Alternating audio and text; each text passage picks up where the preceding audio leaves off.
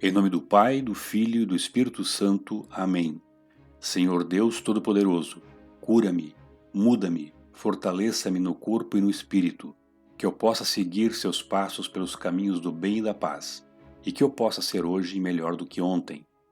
Meu irmão, minha irmã, seja muito bem-vindo a esse canal que é dedicado aos que acreditam que o amor de Deus é o guia espiritual da existência humana.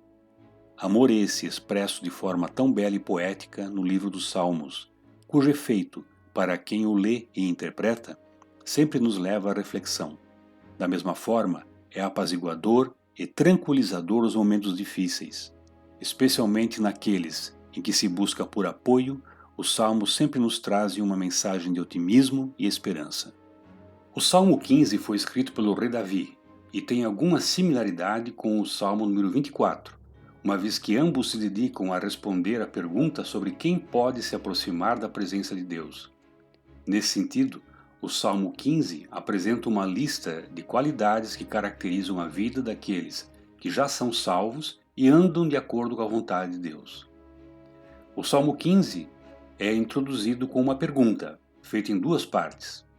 Quem, Senhor, habitará o teu tabernáculo? Quem há de morar no teu santo monte? Esse verso faz uma referência direta ao tabernáculo, que era o local oficial do culto em Israel. A palavra tabernáculo significa aqui literalmente tenda e diz respeito ao santuário móvel que havia em Israel, antes da construção do templo em Jerusalém. O santo monte, do qual o salmista também fala, é o Monte Sião, onde a tenda foi colocada nos dias de Davi e onde posteriormente o templo foi construído. Então, ao questionar quem pode habitar no tabernáculo e morar no santo monte do Senhor, Davi está se referindo àquela pessoa que desfruta da mais íntima comunhão com Deus. O tabernáculo era o símbolo máximo da habitação de Deus entre o seu povo escolhido.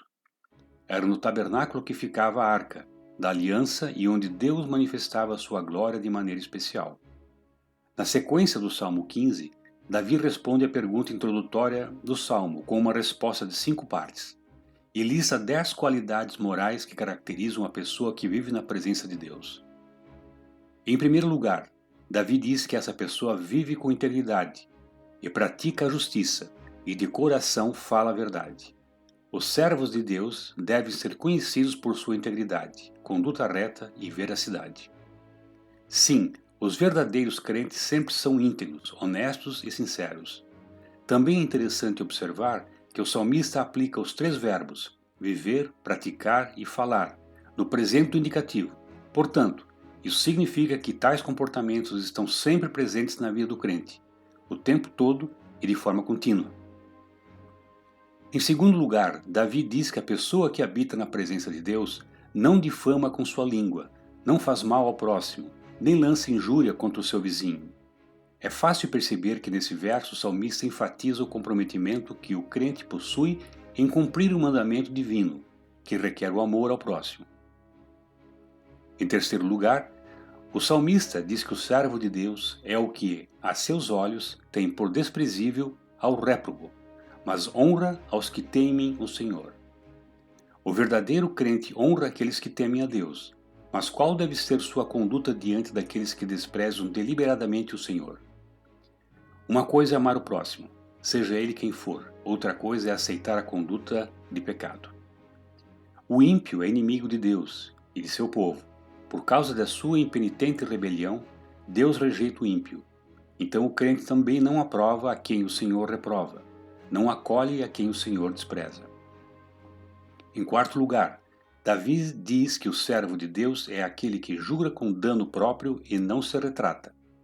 Isso significa que o crente mantém a sua palavra, mesmo quando sai prejudicado. Ele sofre prejuízo, mas não deixa de cumprir a sua promessa. Em quinto lugar, Davi diz que aquele que habita na presença do Senhor não empresta o seu dinheiro com usura, nem aceita suborno contra o inocente.